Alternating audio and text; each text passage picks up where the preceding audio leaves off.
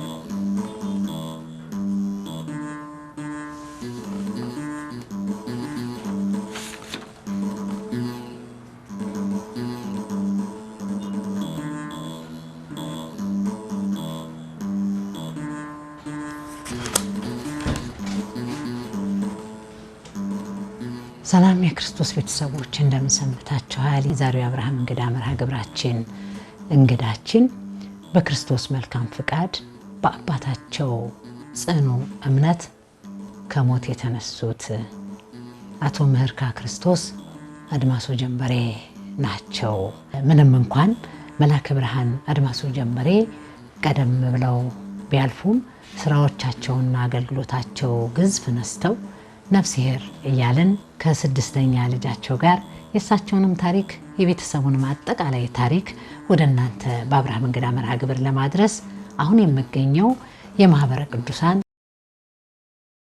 መጽሐፍት ቤት ውስጥ ነው የምገኘው። ለምን ተገኘች ካላችሁ ደግሞ የመላከ ብርሃን አድማሱ ጀንበሬ በርካታ ለኢትዮጵያ ኦርቶዶክስ ተዋሕዶ ቤተክርስቲያን መሰረት የጣሉ መጽሐፍትና ስለሳቸው አንዳንድ ታሪኮችን ለማንበብ ነው። እንግዲህ ከጻፏቸው በርካታ መጽሐፍት መካከል ኮኮ ሃይማኖት ወይንም ወጣት ተመልከት እንዳትሳሳት የሚል ርዕስ የተሰጠው ነው። እዚህ መጽሐፋቸው ላይ አንድ ነገር አስፍረዋል። ይህ ኮኮ ሃይማኖት ወይም ወጣት ተመልከት እንዳትሳሳት የተባለ መጽሐፍ የኢትዮጵያ ወጣቶች ከአባቶቻቸው የወረሷት ሃይማኖት በቤተ ክርስቲያናቸው ሕግና ስርዓት በድንቡሽት ላይ ሳይሆን በጽኑ ጭንጫ ላይ የተመሰረተ መሆኑን እንዲረዱበት፣ ከውስጡ የሚመነጭ ምንጭ ሳይኖር በድንገተኛ ዝናብ ከሚንቧቧ ጎርፍ ከሐሰተኛ ሰባኪ ሊድኑበት ከመላከ ብርሃን አድማሱ ጀንበሬ ተዘጋጀ። ይህ እንግዲህ ለመናፍቃን መልስ በእጅጉ በረቀቀ ዕውቀት ውስጥ የተሰጠበት መጽሐፍ ነው። እንግዲህ ያነበባችሁ ታስታውሳላችሁ፣ ያላነበባችሁ ወጣቶችም ይሁን የኢትዮጵያ ኦርቶዶክስ ተዋሕዶ እምነት ተከታዮች እንዲሁም የሌላ እምነት ተከታይም ብታነቡት እውነትን እዚህ መጽሐፍ ላይ ታገኛላችሁ። ቀደም ብለው ሰንደውታል። ሌላው ማህበረ ቅዱሳን ከሚያዘጋጃቸው ትልቅ መረጃዎችን ከሚያሻግሩ ህትመቶች መካከል አንዱ ሰማ ጽድቅ ጋዜጣ ነው።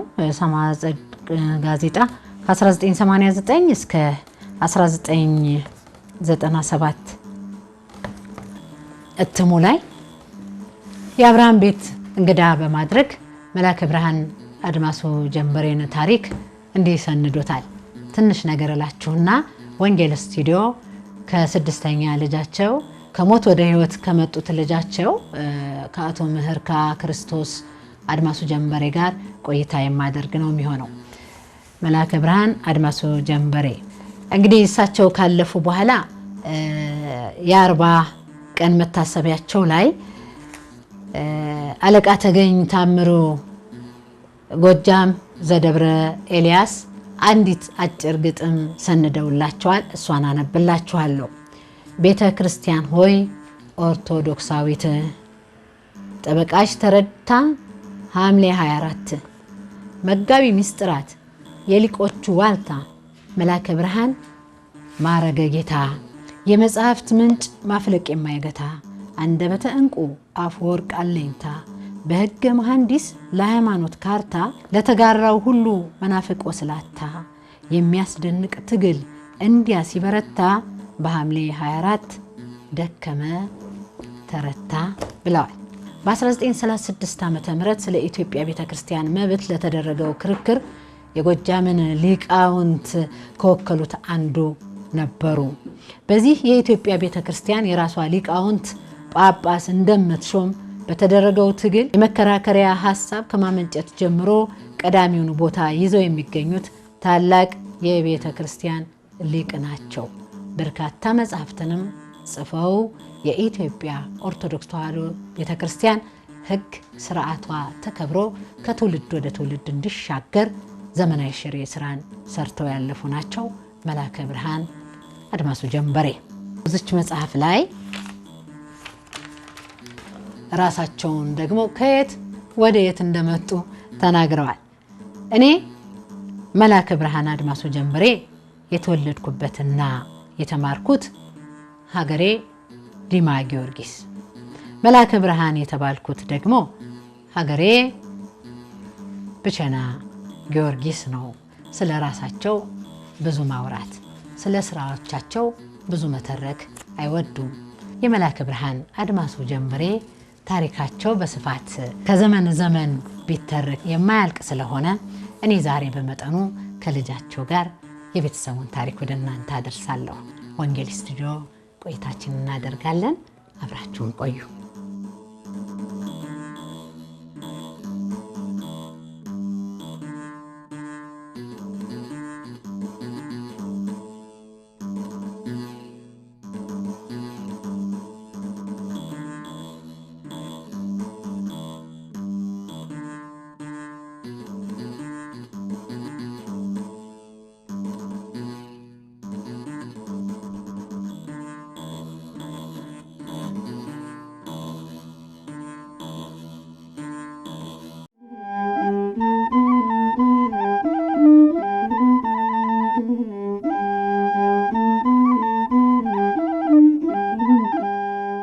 ሰላም ጤና ይስጥልን የክርስቶስ ቤተሰቦች እንደምሰንብታችኋል። በመግቢያዬ እንዳልኩት የዛሬ እንግዳችን ከዛሬ 82 ዓመት በፊት በ5 ዓመታቸው ከሞት የተነሱት አቶ ምህርካ ክርስቶስ አድማሱ ጀንበሬ ናቸው። የምትከታተሉት የአብርሃም እንግዳ መርሃ ግብራችን ነው። የአብርሃም እንግዳ መርሃ ግብር ዘወትር እሁድ ማታ 1 ሰዓት እስከ 2 ሰዓት በድጋሜ ሰኞ 11 ሰዓት እና ረቡዕ ረፋድ 4 ሰዓት እስከ 5 ሰዓት ቤታችሁ ይደርሳል። መርሃ ግብራቱን ላይክ፣ ሰብስክራይብ፣ ሼር አድርጉ እንላለን።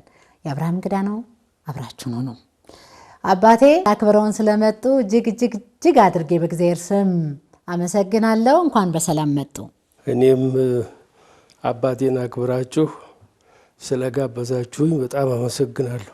እሺ፣ የአብርሃም እንግዳን በስቱዲዮ ስንቀበል እግር አጥበን ነው። እግሮትን አጥባለሁ፣ ይመርቆኛል። ቆይታችን ይቀጥላል። ስርዓታችሁ ከሆነ እሺ። አዎ፣ ስርዓት ነው። እሺ።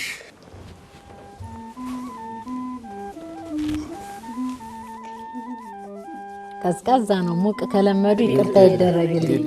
እሺ፣ በቃ ለረዴቱ ያክል ይበቃል። እሺ። እንዲያውም ምን አስታወሽኝ? እሺ።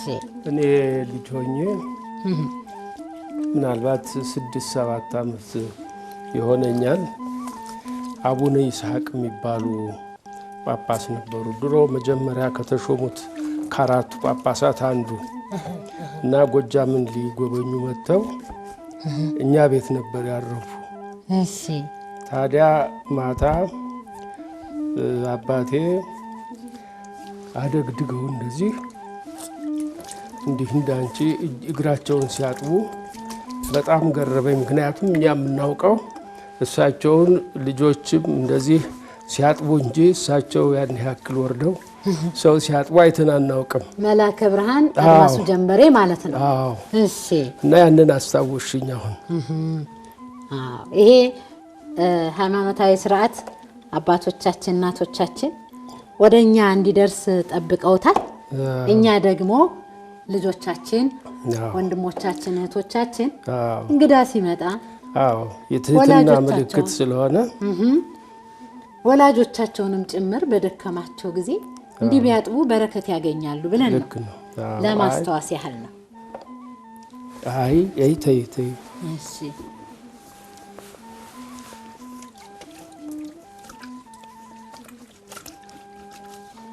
እዚህ አዲስ አበባ ቀረ እንጂ እዚያ ሀገር ቤት በነበርንበት ጊዜ እንግዳ ሲመጣ እነሱንም ትልልቆች ወላጆቻችንን በየጊዜው እንደዚህ እግር እያጠብን ነው ያደግን። እሰይ። ስለዚህ አሁንም ተተኪው ትውልድ ይበሉና እስቲ ለማስታወስ ያህል ነው ተመልካቾቻችን። አሁንም ይደረጋል፣ አሁንም አለ።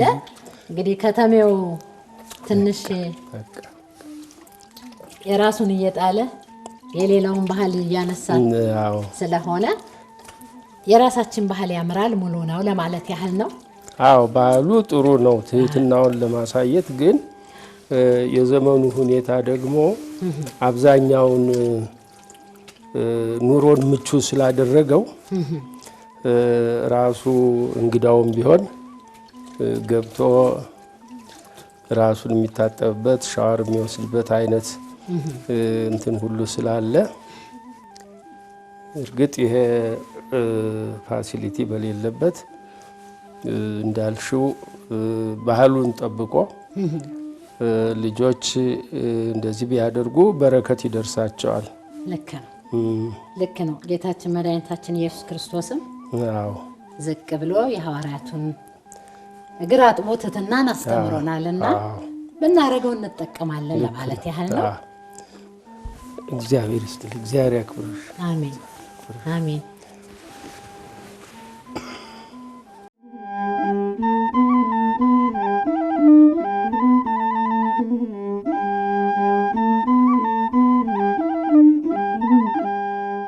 እንግዲህ ከስሞ ስያሜ እስቲ እንነሳ። አቶ መህርካ ክርስቶስ አድማሱ ጀንበሬ ትርጉሙ ምንድን ነው? እንግዲህ እኔ የተወለድኩ በጣሊያን ጦርነት ጊዜ ነው እና ምናልባት እንግዲህ በ1931 መሆኑ 31 ነው። እሺ። እና በዚያ በችግርና በጦርነት ጊዜ ስለተወለድኩኝ የክርስቶስ ምርኮ ክርስቶስ ማርኮት ነው የመጣው፣ የክርስቶስ ፍቅር ነው ያመጣው ለሚለው ይመስለኛል የተደረገው። ምክንያቱም የችግር ጊዜ ነበረ፣ የጦርነት ጊዜ ነበረ። አሁን የ87 ዓመት የእድሜ ባለጸጋ እንኳን ለዚህ ዘመን አደረሰው በአምላክሽ። እንደው ግን እስቲ ትንሽ ወደ ኋላ ይሄዱና ቅድም የጣሊያንን ዘመን ትንሽ ነኩት። በዛ ዘመን ስለተወለድኩ ነው አሉ። ስንት ነገስታት ተለዋወጡ ማለት ነው? አይ እንግዲህ በቀዳማዊ ኃይለ ሥላሴ ጊዜ ነው እንትን ያልኩኝ። ከዚያ በኋላ ደርግ መጣ፣ ከደርግ ኢህአዴግ መጣ፣ የኢህአዴግ ተከታይ ደግሞ አሁን ብልጽግና መጣ። ስለዚህ ወደ 4 መንግስታት መሆናቸው ነው። ትልቅ እድል ነው መቼም በጣም 4 መንግስታት ማሳለፍ በጣም ትልቅ እድል ነው። የኔን እድል ያላገኙ ብዙዎች በእኔ እድሜ የነበሩ ብዙዎች አልፈዋል። የእርሶማ ታሪኩ ገና መቼ ተነካ። እንግዲህ አቶ መህርካ ክርስቶስ አድማሱ ጀንበሬ ሲባል ታሪክ ወደ ኋላ ስንመዝ የሊቁን የምሁሩን እውነት ተናጋሪውን በቃል ተምረው የተማሩትን እያስታወሱ በመጽሐፍ የተለያዩ መንፈሳዊ መረጃዎችን ማስተማሪያዎችን ቀምረው ለቅመው ጽፈው ለትውልድ ሰንደው ሁሌም ስማቸው ከፍ ብሎ የሚነሳው አባታችን መላከ ብርሃን አድማሱ ጀንበሬ ናቸው። እንደው ወደ ቤተሰቡ ልመለስና ምን ያህል ልጆች ነበሯቸው መላከ ብርሃን? 6 ልጆች ነበሩ። እኔ መጨረሻ ነኝ። እሺ፣ የመጨረሻ ነኝ። ጸዳለ ማርያም የሚባል ነበር፣ ግርማ የሚባል ነበር፣ አሰለፈች በላይነሽ፣ ኮሎኔል ሸዋዬ እና እኔ ነኝ የመጨረሻው። እንዴት ባለ ስነ ምግባር ነው ያሳደጓችሁ? እሷን ያጫውቱኝ እስቲ። ቁጣ ምናምን እንደዚህ አይነት ነገር የለም። ያው በልጅነት ሁሉም ውዳሴ ማርያም ይማራል፣ ዳዊት ይማራል። እዚያ ላይ እንግዲህ ያንን የማስታወስ የመርሳት ጉዳይ ትንሽ ቁጣ ይኖራል። በተረፈ ግን ሌላ አልፎ ተርፎ ድብድብ ምናምን እንዲህ አይነት ነገር የለም። ቤቱ ራሱ ሰላማዊ ስለሆነ ቤት ውስጥም ጭቅጭቅ አንሰማም፣ የለም። ሁሉም በፍቅር አንድ ላይ ነው የሚኖር።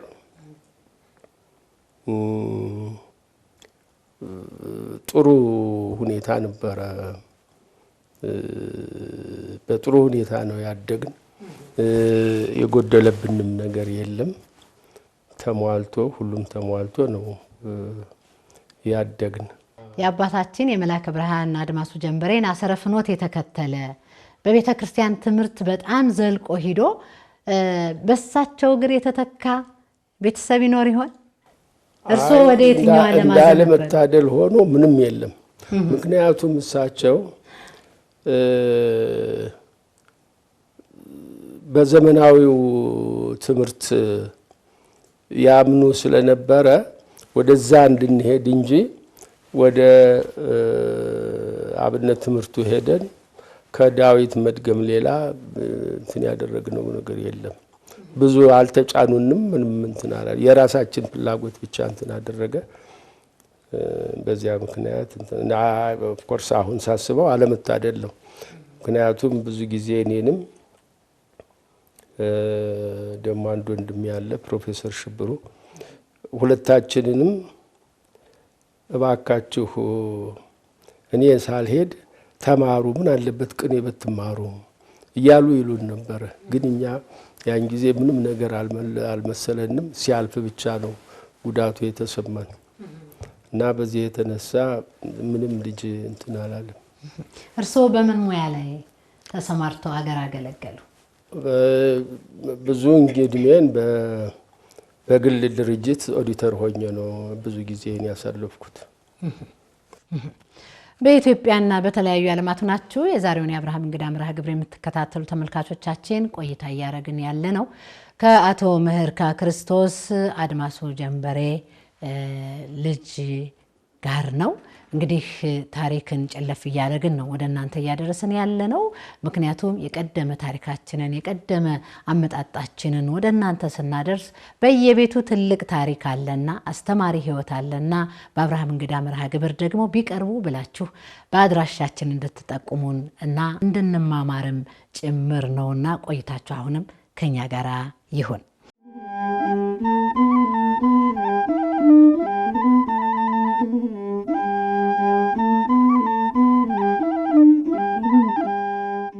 መላከ ብርሃን አድማሱ ጀንበሬ በርካታ ለቤተ ክርስቲያኗ በርካታ መጽሐፍትን አበርክተው ነው ያለፉት። መድሎተ አሚን፣ ኮካ ሃይማኖት፣ መጽሐፈ ቅዳሴ፣ ዝክረ ሊቃውንት፣ የበገና መዝሙር፣ መጽሐፈ ግጻዌ፣ ሌሎች መጽሐፍት ይኖሩ ይሆን? እኔ ሳትኳቸው። አዎ መጽሐፎቹ ዋና ዋናዎቹ እነዚህ ናቸው። በ45 ዓመተ ምህረት ወይ በ46 ዓመተ ምህረት አብይ ጾም በሚመጣበት ጊዜ የኢትዮጵያ ሬዲዮ ጣቢያ ዘፈን ምናምን አልነበረም። ጭራሽ ዘፈን አልነበረም። የነበረ በገና ድርድርና ዘለሰኛ ነው እና ያን ጊዜ ይህንን የአብይን ጾም በሬዲዮ ትምህርት እንዲሰጡ ተጠየቁና ቤታችን ጉለሌ ነበረ፣ ፓስተር አጠገብ የሚተላለፈው ያኔ ቀረጻ የለም፣ እዚያው ላይቭ ነው የሚተላለፈው። ትምህርቱን በቀጥታ ነው የሚያሰራጨው፣ በቀጥታ ነው የሚተላለፈው። ስለዚህ ማታ እንግዲህ በ2 ሰዓት ነው የሚጀምር። ከላይ መተን ይገባሉ እሳቸው ስቱዲዮ። እኔ እዛ ውጭ ድሮ ማስታወቂያ ሚኒስቴር የነበረው ውጭ እቀመጣለሁ። ከዚያ ትምህርቱን ያስተላልፋሉ። ከዚያ ጨርሰው ሲወጡ እንደገና ያኔ መኪና የለም ምን የለም፣ በእግራችን ነው የምንሄድ። ስንመጣም በእግራችን ስንሄድም በእግራችን ነው እና አብይን ጾም በሙሉ በዚህ ሁኔታ 1 ዓመት አስተማሩ። ያንን ያስተማሩትን እንደገና ወደ መጽሐፍ እንትን አደረጉና ሐዲስ ሰውነት በሚል አሳተሙት። ሐዲስ ሰውነት። ታዲያ ይሄም ታሪክ ሆኖ አሁን የሚቆጨኝ ያ ብርድ እየመታኝ ይቀመጥበት የነበረው መስሪያ ቤት መፍረሱ በጣም ይቆጨኛል አሁን። ምክንያቱም የኔ ታሪክ ጭምር ነው። አዎ። እና ያቺ አነስ ያለች ወደ 67 ገጽ የምትሆን ሐዲስ ሰውነት የምትባል መጽሐፍ አለች። ቤተ ክህነት በነበሩበት ጊዜ መጀመሪያም የትምህርት ክፍል ዋና ጸሐፊ በመሆን ከዚያ ቀጥሎም ደግሞ የሊቃውንት ጉባኤ ሰብሳቢ በመሆን ብዙ መጽሐፍት እንትን ይሉ ነበር፣ ይዘጋጁ ነበር። ብዙ መጽሐፍት ይዘጋጁ ነበር እና ያ እንግዲህ የእሳቸው እንትን አለበት፣ ግን ሲወጣ በቤተ ክርስቲያኗ ስም በድርጅቱ ስም ነው የሚወጣ። የእሳቸው አስተዋጽኦ ምንም የሚታይበት እንትን መንገድ የለውም። ለምን? ያው ራሳቸው ናቸው እንትን የሚሉት። እሳቸው ስለማይፈልጉ ነው? እንደ ውዳሴ ከንቱ ይሆንብኛል ብለው ነው ወይንስ ለምንድን ነው? እንደ መጽሐፍ አሰናጅም እንደ መጽሐፍ ደራሲም እንደ መጽሐፍ ጸሐፊም አይ እንግዲህ ደሞዝ እየተከፈላቸው ነው የሚሰሩ እና ምናልባት ያ በድርጅት ስም እንጂ በእሳቸው ስም እንትን ሊል አይችልም። አንድ የተክሊል ስርዓተ ተክሊል አዘጋጅተው ነበረ። ያ እንግዲህ ከዛ ከንቱን ውጭ ነው፣ አሁን ካልኩት ውጭ ነው እና ያንን ስርዓተ ተክሊል አዘጋጅተው በቤተ ክርስቲያን ስም ነው የታተመ እና ጠየኳቸው። ለምንድን ነው በእሱ ስም ያላደረጉት አልኳቸው። እንዲህ የኢትዮጵያ ቤተ ክርስቲያንን ያክል የስንት ዘመን ታሪክ ያላት ስነ ስርዓቷን አንድ ሰው አዘጋጀው ቢባል ለቤተ ክርስቲያኗ ንቀትና ውርደት ነው። ስለዚህ በራሱ በዚያ በቤተ ክርስቲያኗ ስም መሆን አለበት ብለው አሉ እና ሌሎችም እንግዲህ በእንደዚህው አይነት እሳቤ ሊሆን ይችላል። ብዙ ጭንቅ የላቸውም። ብዙ ምኞታቸው እናንት ናቸው ራሳቸው ለቤተ ክርስቲያኗ የሚያበረክቱትን ነገር ላይ ማተኮር ነው እንጂ ለስማቸው ግድ አልነበራቸው። የሚደንቅ ነው። ይሄ ራሱ ትልቅ ትምህርት ነው። መቼም ለሃይማኖታቸው ለአንዷ ቀዳሚዋ የኢትዮጵያ ኦርቶዶክስ ተዋሕዶ ልዩ የሆነ ፍቅር ልዩ የሆነ ክብር ቢኖራቸው ነው የእሷን እኔ እንዴት አንዱ ግለሰብ ብለው ያሉትና አሁን ላላችሁ ጸሐፍት፣ አሁን ላላችሁ ሰባኪያነ ወንጌል መምህራን በሙሉ የመላከ ብርሃን አድማሶ ጀንበሬ የህይወት ተሞክሮ ትልቅ ትምህርት ይሆነናል ብዬ ተስፋ አደርጋለሁኝ። ክብር ሲሰጥ እንደዚህ ነው። እነዚህ መጽሐፍት ምንድን ናቸው? ይሄ ሐዲስ ኪዳን ነው፣ በግዕዝ ነው የተጻፈ። እሺ። የዘወትር ጸሎታቸው እዚህ ነው። ይሄ ነበረ፣ ከዚህ ውስጥ ነው ጸሎታቸው። እርግጥ ዳዊትም ይደግማሉ፣ ውዳሴ ማርያም አለ። ግን ዋናው ጸሎት በዚህ ብዙ ሰውም ፈውሰውበታል። በዚህ የ5 ዓመት ልጅ ሆነው ሞተው ነበር ነው የሚለው ታሪኩ። መላከ ብርሃን አድማሶ ጀንበሬ በአገልግሎት ላይ ነበሩ። ተጠርተው ሲመጡም እርስዎን ቀዝቅዘው አገኙት። ከዛ በኋላ ምን ሆነ? አዎ እንግዲህ ያ ህመሜ ረዘም ያለ ጊዜ ወስዷል ይመስለኛል። 1 ወር ያክል ነው ይመስለኛል የሆነው። ሁልጊዜ እዚህ በኋላ እንዴት እንደተገነጠለና እንደወጣ አላውቅም እንጂ ስዕለ መስቀል ነበረ እዚህ ስዕለ መስቀል እኔን እንደዚህ ይታቀፉና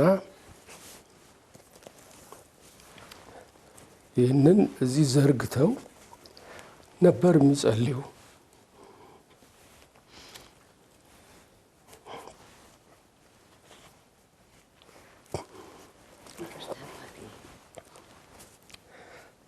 እንደዚያ ነበር የሚጸልዩና ሲነግሩኝ በዚያ በድሮው አስተዳደር ቤተ ክርስቲያኑ የሚያስተዳድራቸው ብዙ ቀበሌዎች ምናምኖች ነበሩ እና ከዚያ መካከል እስላሞች ነበሩ። እስላሞቹ ያው እንደተለመደው መጠየቅ ምናምን አለና መጥተው እዚያ ሰፍረው ሲጠይቁ እሳቸው እነዚህ የአማንያን እዚህ ተቀምጠዋል፣ እኔ በአንተ አምናለሁ፣ በእነሱ ፊት ታሳፍረኛለህ ወይ? እንዴት አንተን እያመንኩ እንዴት ታሳፍረኛለህ? ያንን የመቶ አለቃ ልጅ ያዳንከው ስላመነ ብቻ ነው፣ እኔም አምንብሃለሁ፣ ለምን አታድነው? እና እንደነገሩኝ ሕያው ወልዴ እዘዝ በቃልከ እያሉ ነበር ይጸልዩ። በዚህ አይነት ሁኔታ ሴቶቹ ሞተ ብለው ታጥቀው ሲጮሁ አይ የኔ ልጅ አይሞትም አይሞትም እያሉ ከዚያ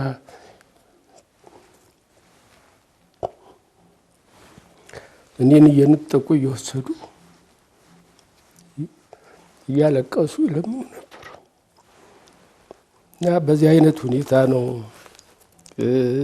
እኔ እንደገና መወለድ የቻልኩኝ። ሌላ ነገር የለም የሚደግሙ ይህንን አዲስ ኪዳንን የዮሐንስን ወንጌል። የአልዓዛርን ዕድሜ ተሰጥቶት ዛሬ በ87 ዓመቶ የአባቶን ነገር ከሞት ወደ ሕይወት መጥቼ ነው ብለው ስላጫወቱን የእምነት ጽናታችን እንዴት ያለ ነው ብለን ራሳችንን እንድንጠይቅ ያደርገናል ብዬ አስባለሁኝ። ሌሎች መጽሐፍት ምንድን ናቸው እነዚህ? ይሄኛው የበገና መዝሙር በእጃቸው መጀመሪያ በእጃቸው የጻፉት ነው። ይሄ መጀመሪያ በ22 ዓመተ ምህረት ነው መሰለኝ ደሴ ሲማሩ አንድ ራስ ማኑ የሚባሉ መኳንንት እንደው በገና የምደረድርበት ግጥም ምናምን ብለው ለምነዋቸው እዚያ ይጀምሩታል ይህንን ነገር። ከዛ በኋላ እንደገና ያስፋፉና ሲያበቁ በ22 ዓመተ ምህረት ነው መሰለኝ ይታተማል። ይሄ እንግዲህ የመጀመሪያው የእሳቸው ረቂቅ እንትን ነው፣ ያኔ የደረሱበት እንትን ነው። ይሄ ይሄንን በእጃቸው ጻፉት። በእጃቸው የጻፉት በኋላ ታተመ በ22 መሰለኝ። እንደገና በ29 ዓመተ ምህረት አሻሽለው ጥቅስ የመጽሐፍ ቅዱስ ጥቅስ ከጎኑ በኩል አስገቡበት እና በ29 እንደገና ታተመ። ይሄ በገና መዝሙር ነው። እሺ ይሄኛው እንግዲህ ልዩ ልዩ ነገሮች እንትን ያሉበት ነው፣ በእጃቸው የጻፉበት ነው። የቅኔ ስብስብም አለ ከየሰው ሲያገኙ የራሳቸውንም እንደዚሁ የጻፉበት። ይሄ በሙሉ ቅኔ ነው፣ ከየሰው እያጠራቀሙ እንትን ያደረጉት። በቃል የሰሙትን ነው ቁጭ ብለው ወደ ጽሁፍ የሚቀይሩት።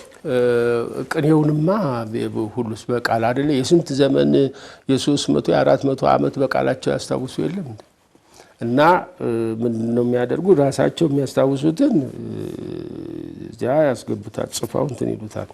በተረፈ እሳቸው እዚህ ቤተ ክህነት ሲሰሩ ለየራሳቸው ጉዳይም ሆነ ለስራ ከየክፍለ ሀገራት የሚመጡ ሊቃውንትን ይለምኗቸዋል። እባክህ እንትን ቅኔ የከሌን ቅኔ ፈልግና አምጣልኝ ይላሉ። ያገኙትን ሁሉ እዚያ ወይ ሰውየው ጽፎ ይሰጣቸዋል ወይም ራሳቸው ይጽፋል። በዚህ አይነት ሁኔታ ይሄ ነው መሰለኝ።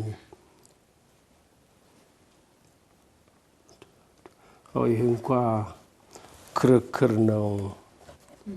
ሁለት ልደት በሚሉ በተዋህዶ ልጆችና 3 ልደት በሚሉ የጸጋ ልጆች መካከል የተደረገውን ክርክር የሚገልጽ አጭር ታሪክ ብለው ያንን ጽፈዋል። ይሄ እሱ ነው። የዚያ የክርክሩ በአፄ ዮሐንስ ጊዜ ያደረጉት ክርክር ይመስለኛል። ለመናፍቃን ጥያቄዎችም መልስ ከሚሰጡ ሊቃውንት መካከል ቀዳሚው ናቸው መላከ ብርሃን አድማሱ ጀንበሬ። እሱማ መድሎተ አሚንና ኮካ ሃይማኖት እነሱ እንትን ነው።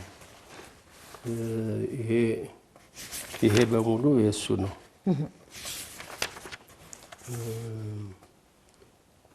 በአፄ ዮሐንስ ዘመን መንግስት የሆነ ነው።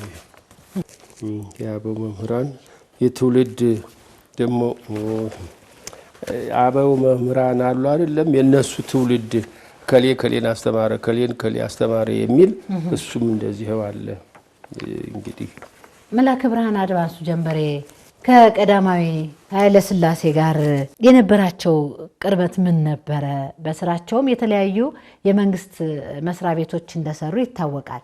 እሱን ትንሽ ብናነሳ ብዬ ነው። አይ ቅርበት አልነበራቸውም። ነገር ግን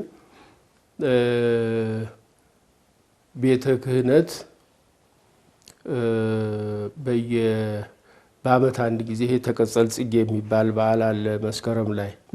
በዚያን ጊዜ ብዙ ጊዜ ንግግር ያደርጉ ነበረ። ንግግር ያደርጋሉ፣ ቅኔ ይሰጣሉ። ትዝ የሚለኝ አንድ ጊዜ ከዚያ በኋላ ግብዣ ይደረጋል።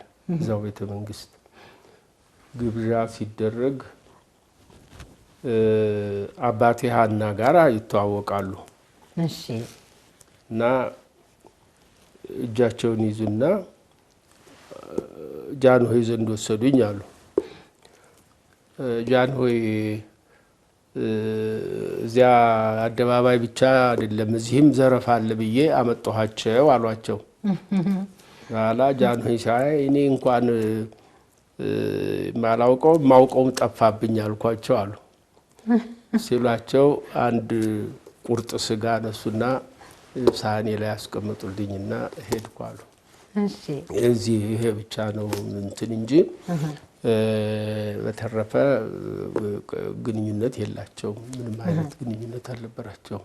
አንድ ባለሶስት ዘንባባ ሜዳሊያ አልተበረከተላቸው? እሱ የአርበኝነት ነው። እስቲ እሱን የአርበኝነቱን ታሪክ ደግሞ እንጫወት። እሺ። የውስጥ አርበኝነት እንግዲህ ያኔ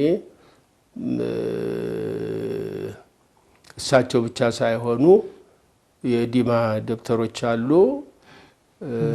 ያን ጊዜ ይላላኩ ነበረ። ጃንሆይ እንግዲህ እዛ ጄኔቭ ሆነው ለአርበኞቹ ይልካሉ እንትን የማጽናኛ ደብዳቤ ምናምን ሁሉ ይለዋወጣሉ አይደለም?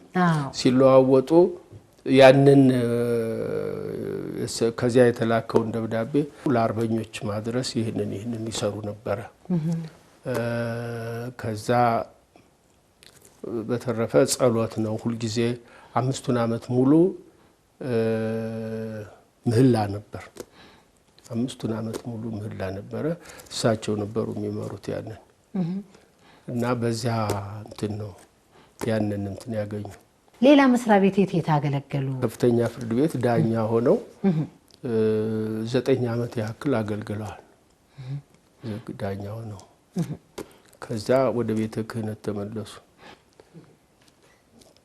እና ከተመለሱ በኋላ እንዲያውም ሊቀ ስልጣናት ሀብተ ማርያም የቅድስት ሥላሴ አስተዳዳሪ ነበሩ እና እሳቸው ጃንሆይ ያዘውን መሰለኝ ፍትሐ ነገሥት ይተርጎም ተብሎ የወንጀሉን ክፍል መላከ ሰላም ሳሙኤል የሚባሉ ነበሩ እዛው። የፍትሐ ብሔሩን ክፍል መላከ ብርሃን ታዘው ያንን ትርጓሜ ሰርተዋል።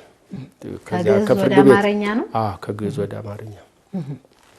ትርጉም ሰርተዋል። ከዛ ከፍርድ ቤት ከእንትን ካሉ በኋላ ከዛው ከቤተ ክህነት አልወጡም ወይ ከዚያም በኋላ ቢሆን ይኸው በማዘጋጀት መጽሐፍ ምናምን በማዘጋጀት ምን በማለት እንትን አላሉ። እንደው መላከ ብርሃን አድማሱ ጀንበሬ ቤተክርስቲያንንም ሀገር ኢትዮጵያንም ሲያገለግሉ የተደሰቱበት ቀን ወይ ያዘኑበት ቀን ይኖር ይሆን ለእናንተ የነገሯችሁ? ምናልባት እንግዲህ እኔ ስገምተው የተደሰቱበት ቀን እንግዲህ በጠላት ከመምጣቱ በፊት እዚህ ደጅ ሲጠኑ ነበርና እንዲማሩ ሁሉ ተጠይቀው ነበረ። ዘመናዊ ትምህርት እንዲማሩ አልፈልግም አሉ። አገር ሹመት ስጡኝና አገር ይሄዳሉ አሉ እና የብቸና ጊዮርጊስ ሊቀ ጠበብትነት ከሽልማት ጋር ከፋይ ካባ፣ ቀሚስ፣ ጥንግ ድርብ፣ የብር መቋሚያ፣ የብር ጸናጽን ይህንን ተሸልመው የብቸና ሊቀ ጠበብት ሆነው ተሾሙ። እንግዲህ እኔ ስገምተው ምናልባት ይሄ ሊሆን ይችላል አስደስቷቸዋል ብዬ ገምታለሁ። ሌላ ግን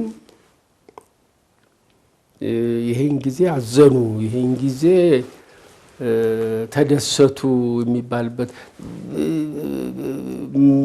መደሰታቸውም ማዘናቸውም እንትን አይታወቅም። አንድ አይነት ሂደት ነው የሚሄድ ጠባያቸው። መቆጣትም የለም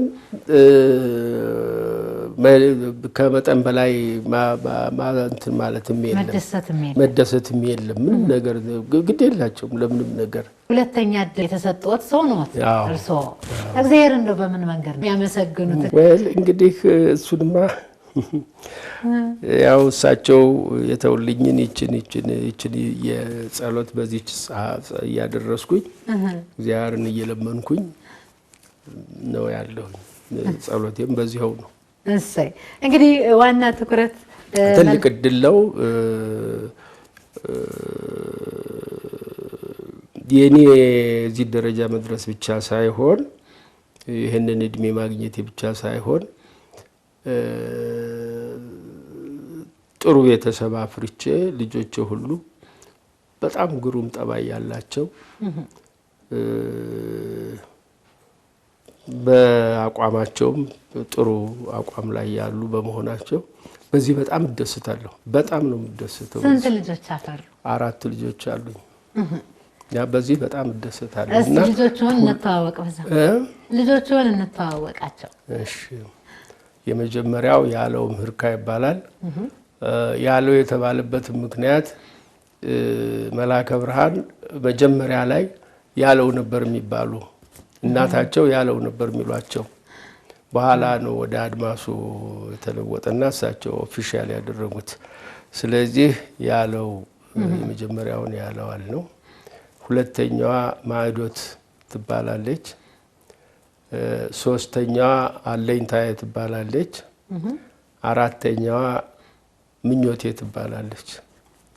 እና ሁሉም በእኛ እንትን በጣም ጥሩ ልጆች ስለሆኑ እያመሰገንኩ በዚች እየጸለይኩ እኖራለሁ። በኢትዮጵያና በተለያዩ ዓለማት ናችሁ የዛሬን የአብርሃም እንግዳ መርሃ ግብር የምትከታተሉ ተመልካቾቻችን የአልዓዛርን እድል ማግኘት ምንኛ መታደል ነው። የአባት የእምነት ጽናት የእግዚአብሔር መልካም ፈቃድ እንዲቅርብ ነው ማሳያችን። የዛሬ እንግዳችን አቶ ምህርካ ክርስቶስ አድማሱ ጀንበሬ ናቸው።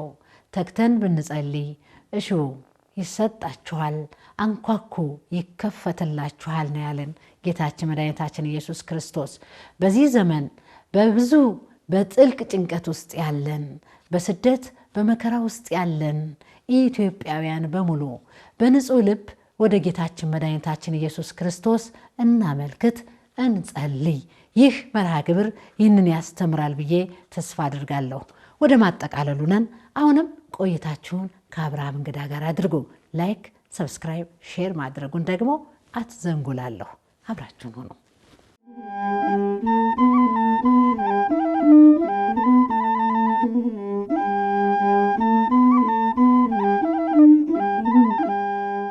መላከ ብርሃን አድማሱ ጀንበሬ ሁልጊዜም ብንዘክራቸው ሁልጊዜም ብናነሳቸው አገልግሎታቸውንም ስራዎቻቸውንም ለትውልዱ አሻግረን የምንዘልቅ ስለማይመስለን ነው ደግመን ስማቸውን የምናነሳው። ለሀገርም ለቤተ ክርስቲያንም ካበረከቱት አበርክቶ አንፃር ተገቢውን ቦታ አግኝተዋል ብለው ያስባሉ? መካነ መቃብራቸው ቅድስት ሥላሴ ነበር። አንዱ ውዝግብ ነበረ በመካነ መቃብራቸው። ውዝግቡ ምንድን ነው? እሷን ያጫውቱኝ እስቲ። በመሰረቱ እሳቸው እንዲህ ዋጋ የሚፈልጉ ክብር የሚፈልጉ በፍጹም አልነበሩም። ለምሳሌ ማታ ማታ ሬዲዮ ከፍተን ተሰብስበን እንሰማለን። ስንሰማ ግርማዊ ቀዳማዊ ኃይለ ሥላሴ እንደዚህ ሆኖ በዚህ ወርዶ ይህን አድርገው ባህላ ይሰሙሰ አለመሰልቸታቸው ይሉ ነበር። ይህን ሰራው መባሉ ነው። አዎ። እና ምንም ነገር ይሄን አድርጉልኝ ምን አድርጉልኝ የለም። እና ቀብሩን ራሱን መቃብሩን ቦታ አቡነ ቴዎፍሎስ ናቸው የመረጡት። እዛ ፍታት የሚፈታበት እንትን አለ። እዛ ይሄ ነው ለሳቸው ብለው እሳቸው ናቸው የመረጡ። በዚያ መሰረት ሆነ። አሁን መጨረሻ ላይ ሐውልቱ ይነሳ በሚባልበት ጊዜ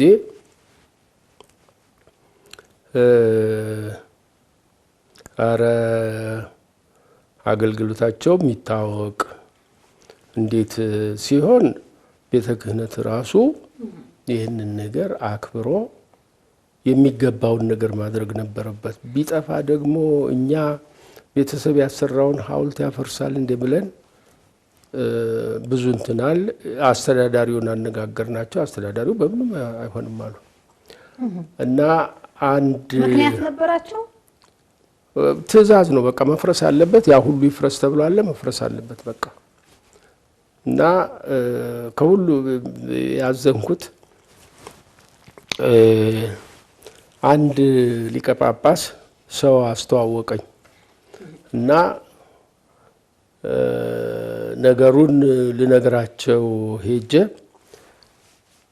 መላከ ብርሃን ማን እንደሆኑ ጭራሽ አውቁ። እሳቸውን አይወቋቸው ግድ የለም የጻፉትን መጽሐፍ አንዱን ማያውቁት።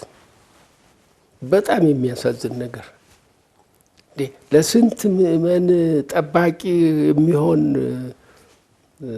መነኩሴ ያንን የቤተ ክርስቲያንን እንትን አለማወቅ በጣም አዘንኩ። ብቻ በጣም አዘንኩኝ። አይ ስለዚህ የትም ቢከድ ዋጋ የለውም ብለን እኛም ተውን የፈለጉትን ያድርጉ ብለን በቃ ፈረሰ። ሐውልቱ ፈረሰ። እንደዚህ ግድግዳ አጥር አለ። ፎቶግራፋቸው እዚያ ያለጠፉት። በቃ ምንም ማድረግ አልቻልንም። የእሳቸው ታሪክ በጉልህ መነገር አለበት፣ ትውልዱ ማወቅ አለበት የሚል ጥያቄ አላነሳችሁም እናንተ? መጀመሪያ እኮ እንድን ነገር እውቅና መስጠት ራሱ ስለዚያ ነገር ማወቅ ያስፈልጋል እኮ። የሚያውቅ የለም። ይሄ ነው እኮ ችግሩ። የሚያውቅ እነዚያን መጽሐፎች አለማንበብ ምን ማለት ነው? በጣም የሚያሳዝን ነው። ስለዚህ እኛ ተስፋ ቆርጠን ተው ነው። ዘመን የማይሽረው ለትውልድ የሚተርፍ በርካታ ስራዎችን ሰርተው ያለፉ ስለሆነ ሁሌም ስማቸው ሲዘከር ይኖራል። ሐውልት አይደለም ቁም ነገሩ። ግን እንደ ኢትዮጵያ ኦርቶዶክስ ተዋሕዶ ቤተክርስቲያን እንዲህ አይነት ሊቅ አባቶችን አክብራ መካነ መቃብራቸው አስተማሪ ሆኖ ታሪካቸው ተዘግቦበት ይኖር ዘንድ ግድ ነው። ትውልድ ነገ ይጠይቃል። ለምን፣ እንዴት፣ ወዴት ብሎ የሚጠይቅ ትውልድ ይፈጠራልና ይህ እየታረመ ይህ እየተስተካከለ ይሄዳል የሚል እምነት አለኝ። መልእክታችንም ነው በአብርሃም እንግዳ ዝግጅት ክፍል ስም።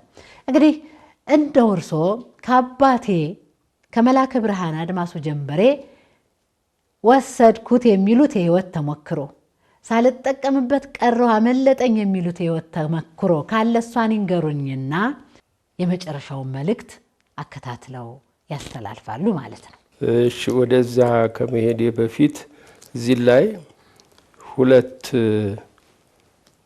ሰዎች አሉ ማመሰግናቸው። እሺ አንዱ ይሄ ዝክረ ሊቃውንት የሚለው የቅኔ ስብስብ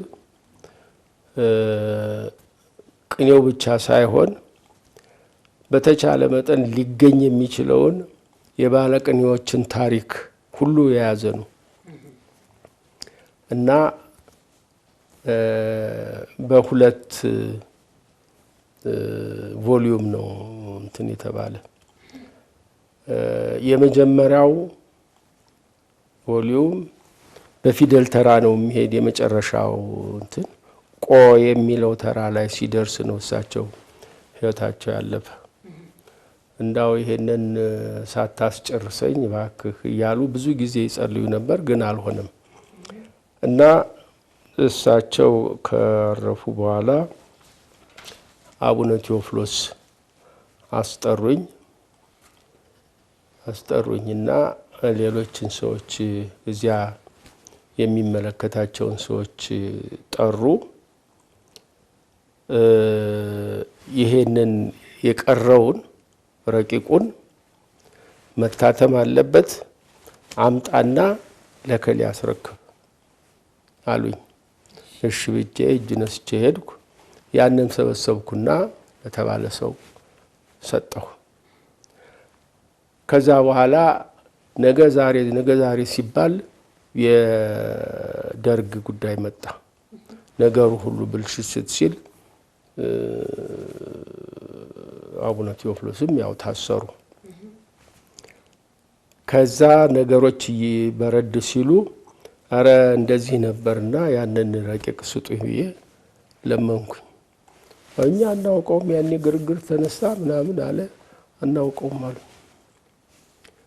በኋላ በብዙ ችግር በሰውም በምንም አልኩና እንደምንም ተገኘ። ያ ነገር ተገኘ። ቤተ ክህነትም መሄድ ምንም ዋጋ የለውም፣ ዝም ብዬ እንትን አልኩት። በኋላ ፕሮፌሰር ሽብሩ የስልጋ ልጃቸው አይሁን እንጂ ያሳደጉት ልጃቸው ነው፣ አብረን ያደግን። እሱ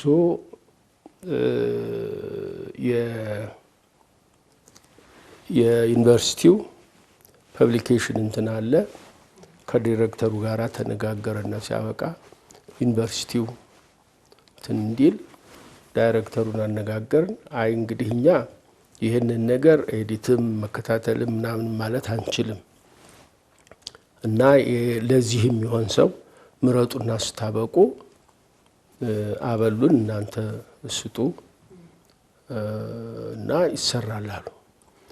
ከዛ በኋላ ይህስ ችግርም ግድ የለም አለና መርጌታ ሰይፈ ስላሴ አሁን በህይወት የለም። እሱ ነበረ፣ በጣም ጎበዝ ሰው ነበር። እሱን ስጠይቀው እንዴ ይሄንን እድል አግኝቼ ነው ወይ በጣም ደስ ይለኛል አለ። እሱ እየተከታተለ እንትኖችን ቅኔዎችን ሁሉ አሬንጅ እያደረገ ምን እያለ እንትን ብሎ ሁለተኛው ቮሊዩም በዚያ ታተመ። ግን ዩኒቨርሲቲው 100 ኮፒ ብቻ ነበር ያሳተመ። ስለዚህ ለሰውም ሊዳረስ አልቻለም። ማባዛትም እንትን አላልን። በዚህ እንዳለን እግዚአብሔር ይባርከው አማራ በዚህ እንትን ያለው አድራሻዬን አፈላልጎ መጥቶ ኧረ እንደዚህ ነበርና የእሳቸውን መጽሐፍት ለማሳተም እፈልጋለሁ አለ። በጣም ደስ ይለኛል። የእሳቸው ስራ የሚወጣበት መንገድ ከተገኘ በጣም ደስተኞች ነንና እባክህ ግፋበት አልኩት። እሱ ይሄንን ዝክረ ሊቃውንትን ሁለተኛውን ቮሊዩም መድሎተ አሚንን ኮኮ ሃይማኖትን እንደገና የእሳቸውን ታሪክ ደግሞ ኮሜንታሪ በሊቃውንቱ አሰባሰበና ሲያበቃ ያንን አሳተመ። ለህዝብም ሊደርስ ቻለ። የሱ ሀሳብ ብዙ ነበረ። እንዲያውም ምንድን ነበረ የምርቃቱ ዋናው እዚህ አዲስ አበባ ሊሆን ከዚያ ቀጥሎ በየክፍለ ሀገሩ እየዞረ አንድ አይነት እንትን ኦኬዥን እንትን እንዲደረግ ከዚያ በኋላ ቤተ ክርስቲያኗ ቤተ ክህነቱ ራሱ ለሳቸው እውቅናን እስከ መስጠት ድረስ ወደዚያ ይህን ሁሉ አስቦ ነበረ። ያንን ቀኑን ስንጠብቅ ከመካከል በ2007-8 ያሁሉ ረብሻ እንደገና መጣ። ረብሻው መጣ። በቃ እሱም ሀሳቡን ተወ እና እሱንም እዚህ ላይ ላመሰግነው እወዳለሁኝ። ከእሳቸው እንግዲህ ያላቸው ጠባይ ቅድምም እንደተናገርኩት በአሁኑ አነጋገር አይሞቃቸውም፣ አይበርዳቸውም። ምንም የተደላደለ እንትን ያላቸው እና ያ ጠባያቸው በጣም ደስ ይለኛል፣ አደንቀዋለሁ። ግን በከፊል ትንሽ ከዚያ ትንሽ የተረፈኝ ይመስለኛል። ሌላው በጣም ማንበብ ይወዱ ነበረ። ምንም ነገር አንደኛ ታሪክ ያነባሉ፣ በጣም ብዙ መጽሐፎች አሉ። ሁለተኛ ስለ ሃይማኖት የተጻፈ ምንም ነገር ቢሆን ያነቡ ነበረ፣ ብዙውን ያነቡ ነበር። አንዳንድ እንትኖች አሉ። እንዲያውም አንድ እንትን ቤትም አንድ ኮፒ ነበረች። አንድ ሰው አንድ መነኩሴ አልጄሪያ ሄደው አረብኛ ይችላሉ። ከአንድ አረብ ሙፍቲ ጋራ በእስልምናና በክርስትና መካከል ያለውን እንትን የተከራከሩበት ጽፈውት እዚህ እኛ ቤት አግኝቼዋለሁ። እና ምንም ነገር ያነቡ ነበር፣ ይመራመሩ ነበረ። ያ ሊተርፈኝ አልቻለም። በተረፈ ግን የምመክረው ምንድን ነው፣ ስለ አንድ ነገር ለመገንዘብ ከተፈለገ መጀመሪያ መረዳት ያስፈልጋል። ያንን ስለዚያ ጉዳይ ሰውም ጠየቀ፣ መጽሐፍም አነበበ። መጀመሪያ መረዳት ያስፈልጋል። ከተረዳ በኋላ ከዛ በኋላ የራሱን ውሳኔ ይወስናል። እንዲያውም አንድ ሰው ስለ አንዳንድ ሰዎች ከኦርቶዶክስ እንትን እያሉ ወደ ፕሮቴስታንትነት ወይም ወደ ሌላ ሃይማኖት የሚሄዱትን ሰዎች ምን ትመክራቸዋለህ ብሎ ነበር። ምንም እኔ የምመክረው መጀመሪያ ለመወሰን ማወቅ ያስፈልጋል፣ መመርመር ያስፈልጋል። ከዚያ በኋላ ውሳኔ ላይ ይደረሳል። ከወሰነ በኋላ ይሄ ነው ያ ነው ማለት አይቻልም። ወሰነ። መጥፎም ሊሆን ይችላል ውሳኔው፣ ጥሩም ሊሆን ይችላል። ግን ከመወሰን በፊት መጠየቅና መረዳት በጣም ትልቅ ነገር ነው። ይህንን ነገር እመክራለሁ። እናንብብ፣ እንጠይቅ፣ አዎ፣ እንረዳ፣ አዎ፣ ከዛ በኋላ እንወስን። ይህንን ነው ለትውልዱ ልል የምችለው ብለውናል። መቼም ስላካፈሉን ውብ የሆነ የህይወት ተሞክሮ በእግዚአብሔር ስም በተመልካቾቼ ስም እጅግ አድርጌ አመሰግናለሁ። አሁንም ጨምሮ እድሜውን ይስጥልኝ። እኔም ደግሞ ይሄ እድል ደርሶኝ ይሄንን እድሜ ላይ ደርሼ ያለኝን ደግሞ ትንሽም ይሆን ብዙ እንዳስተላልፍ ስላደረጋችሁ በጣም አመሰግናለሁ። የተወደዳችሁና የተመረጣችሁ ተመልካቾቻችን በራሳችሁ የቴሌቪዥን ጣቢያ በማህበረ ቅዱሳን ሚዲያ ድንቅ ታሪኮችን፣ አስተማሪ ታሪኮችን የምናቀርብበትን የአብርሃም እንግዳ መርሃ ግብር እንዲሁም ሌሎች መርሃ ግብራትን እየተከታተላችሁ መንፈሳዊ ማንነታችን ከፍ ይል ዘንድ ትልቅ ጥረት እያደረግን ወደ እናንተ እያደረስን ያለ ነው።